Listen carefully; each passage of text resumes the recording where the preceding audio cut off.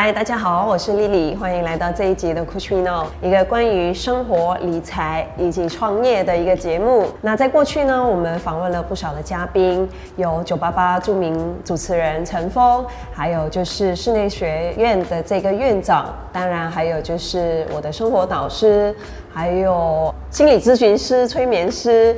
那这一些嘉宾呢，他们都是行内人，而这些行内人呢，他们在他们的领域已经服务了很多年。那所以他们也在本节目呢，有分享了许多有关于他们行内的一些知识，当然还有他们创业的一些经验所遇到的挑战，都一一在这个节目和大家做出分享的。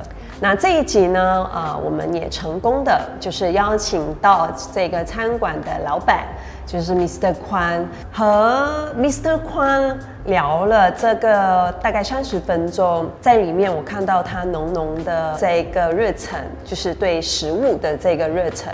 那他开办这个餐馆已经有10年多了，他现在不只是餐馆的老板，他还把他的这个食谱呈现在他的部落格里面。在这一集里面，我们不会谈到菜谱的这个事情，反而我们会聊到许多有关于他如何转型，就是从一个药剂师的身份，然后抛下他的这个固定的薪水，然后抽身出来，就是去做这个开办这个餐馆的。那事不宜迟，我们现在就要进行访谈了。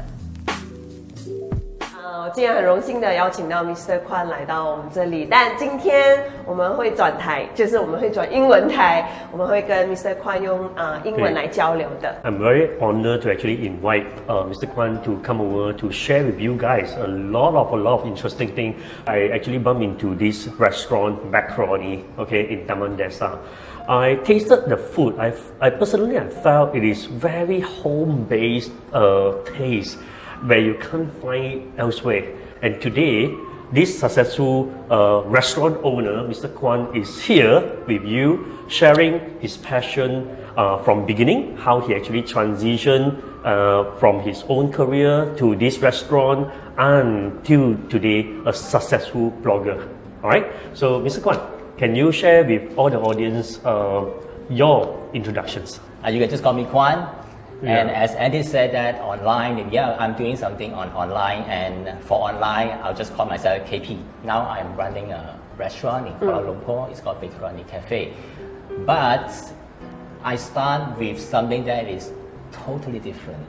I graduate as a pharmacist. So you may wonder why now I end up to become a restaurant owner.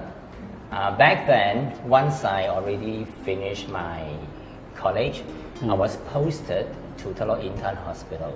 Oh. Because as a pharmacist in Malaysia, we need to get a license to practice. Yes. So we are under the mentorship of another pharmacist in the hospital. So after the studentship training, I got the license. As of many other people's, probably is a greener pasture in Kuala Lumpur. That's why eventually I'm here today in Kuala Lumpur. So I started as a pharmacist in varieties of different kinds of industry. I was in factory, I was in a distribution company. Finally, I landed into sales and marketing department, selling different kinds of pharmaceutical products to the doctors and the hospitals.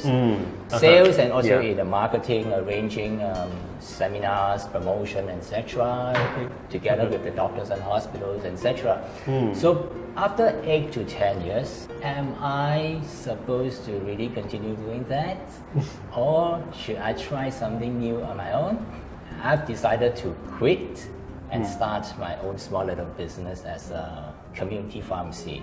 So I started on the community pharmacy and then serve the local community and interact with people that is around me, makes a lot of friends with neighbors, solve their medical problem, etc. It's a great satisfaction and great achievement inside you. Okay. But at the same time, my wife started a cafe. Hey, can you help me? So I said, I can't help you full time because I am working over there. All right. But once I step into the cafe and the kitchen, I start to develop that kind of interest and eventually become my passion. Yeah, from drugs to food is a totally different things altogether. That kind of passion start to grow. Let's start to write recipe, create new things. Until 6 years ago, I say that, okay, why not I join her completely? And I always think that if we do something that we like, with a desire to do it correct, you will always be able to get it done properly. Luckily, by then, I have someone interested to open a pharmacy. Okay, I'll just pass over to you. And that's why I am now a restaurant owner. Okay. Kwan, I have seen a lot of people that they started their restaurant business. So basically, the reason they opened a restaurant mostly is because of it's sort of like represent a success status. Yeah. I would like to know what is your intention to start a restaurant business, and also what do you expect from this F&B field actually? My intention and my wife's initial intention may not be totally the same. First, talk about why my wife started the business 16 years ago. It was then we have a baby. It is better to take care of him rather than get a maid or somebody else in the family to take care of him. Whoever is going to take care of him and bring him up will never be the same as how she wants it to be. And she thinks that doing a cafe, it is the right way to go because she can leave certain things to the staff and she can go home and do some personal thing. That's how she decided to start a cafe and quit a corporate job.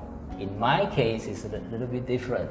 I developed a passion. And one thing that triggered me to do that was because life is short.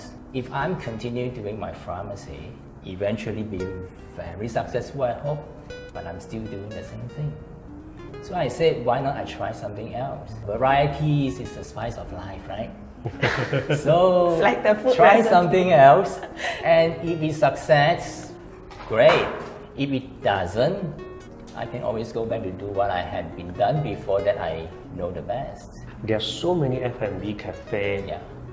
In just one neighborhood. Yeah. But the issue is to get it actually sustainable like yourself, I think more than 16 years, right? 16 years is not easy job. No, right? it's not easy. Definitely, it's not from easy the job. storage, from how you manage the kitchen, from how you actually serve the clients, from how you do your branding and marketing, everything, lots of barrier you need to actually manage it responsible. Yeah. Just would like you to share a little bit some tips, okay, for the audience. What are the things you need to watch out before you actually step into F&B business? Yeah. It's just cooking something. Even if you cook something that is good, people will eat. If something is bad, people will still eat. Take a barista course. You can start up with a cafe already. You can employ something to do it. But as you said that, why there are lots of people goes in and eventually they are not able to sustain it. That is the major issue after they start the business. The only one and the only most important thing is they never realize that the time that they need. They never realize that what they actually will eventually sacrifice.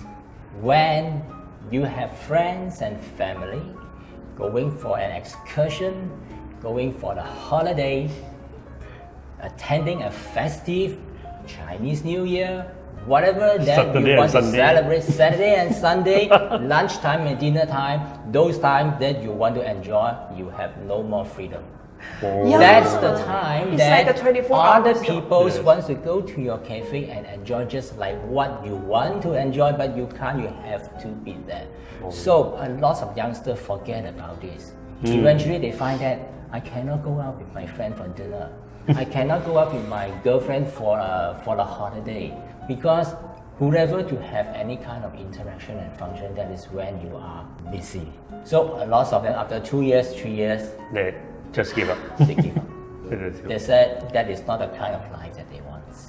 And also, one of my friend, he faced the biggest challenge is the manpower. You have to manage the stuff. Yeah. I think one point that actually Mr. Kwan brought up to all the audience is important. Patience. You need to know your sacrifices. It's not only the capital, finance capital that you invest, renovation, glamorous cafe that you can attract beginning, but the time you need to devote. If you have the passion, you have the patience, definitely the success will await you.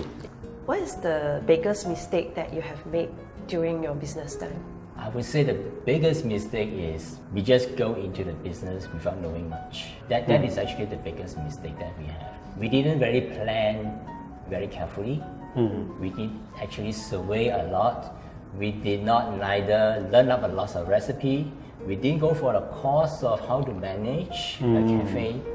Neither we have actually managed a similar thing before with any experience. So we goes in empty-handed.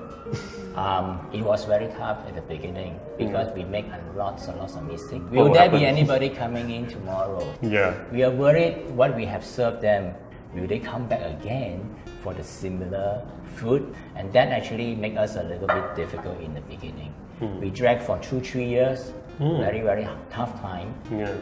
But during that 2-3 years, we learned so much from mistakes. Okay. And I think that to learn something, the quickest way is to learn through our mistakes. Learn to swim, jump to the swimming pool.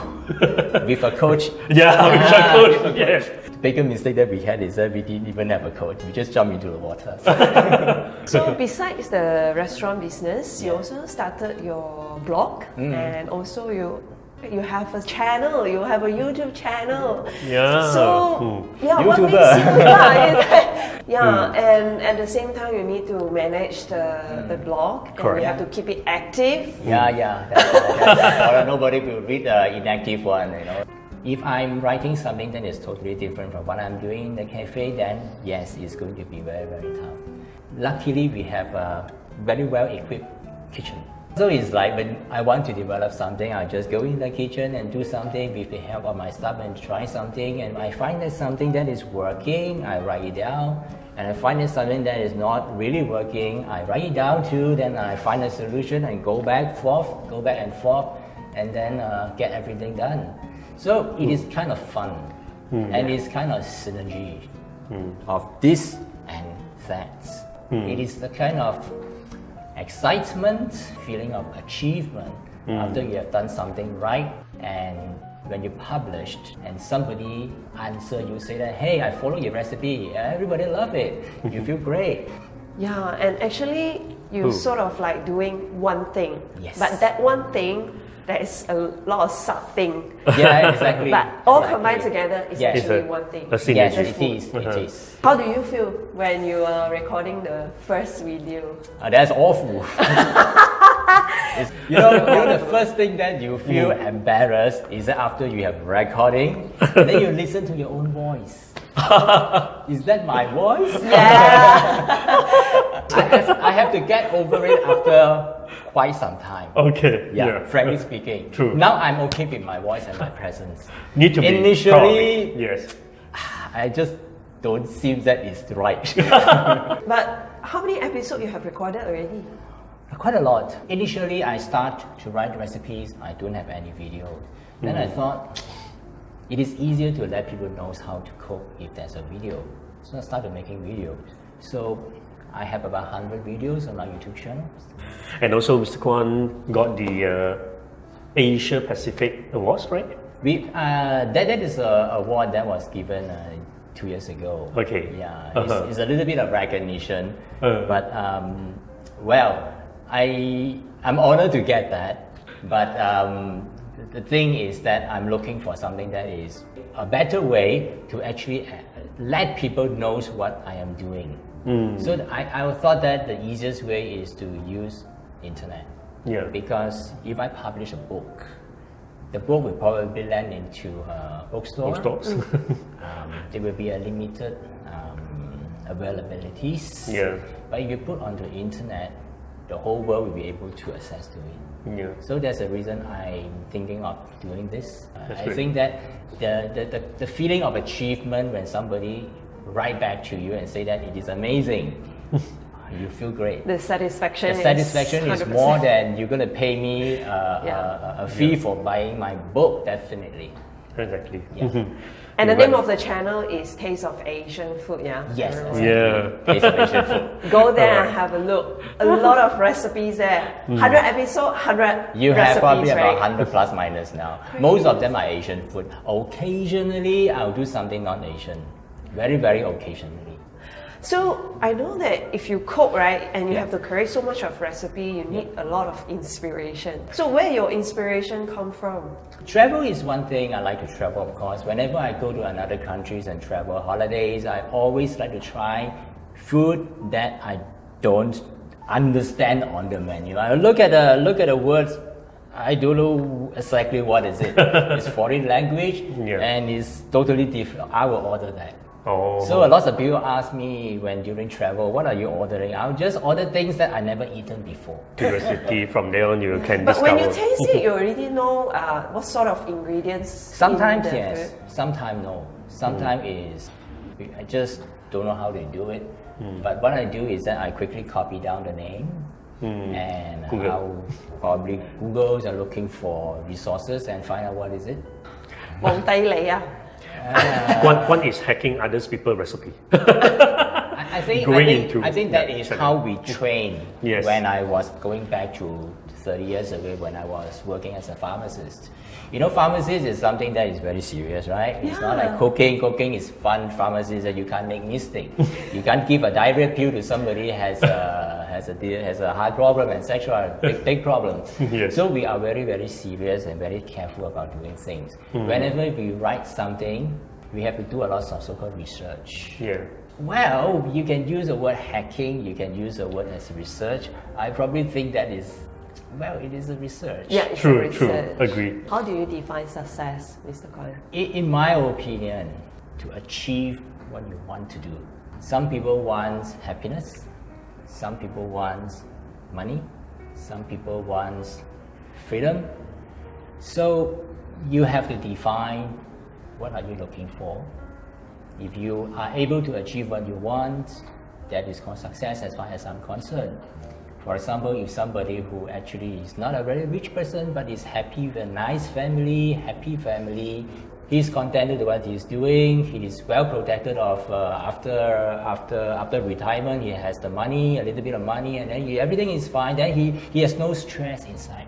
All right. I wouldn't really want to say that success is only doing one thing. But anyways, success actually defined from a lot of angles. Yeah, exactly. Some are by health, some are by relationship. But I think money-wise, it is important because that is the foundation. If you don't have that, it creates a lot of stress on you. Yes. And you start to worry about your car rental, your installment of your house, etc. You start to think about lots of things, and you do not have a peace of mind to do what you like, what you want. So you are under pressure. I think that is not good. True.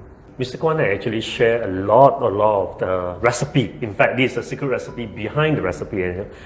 For all the wives and also girls, you want to keep your husband at home. So just actually serve, Mr. Kwan's recipe. From there on, you can actually pick up very easy and can able to actually taste up your own self, cook your own self. And if you want to actually learn more or even want to meet Mr. Kwan face to face, so do visit Bakeroni. Thank you, Mr. Kwan. You're welcome. Thank you. Thank you so much for You're coming welcome. by to You're CoachMeNow. Okay. Thank you, So Andy. awesome. Really. I like this Awesome. interview. Thank you very Thank you. much. Thank you very Thanks, much. everybody.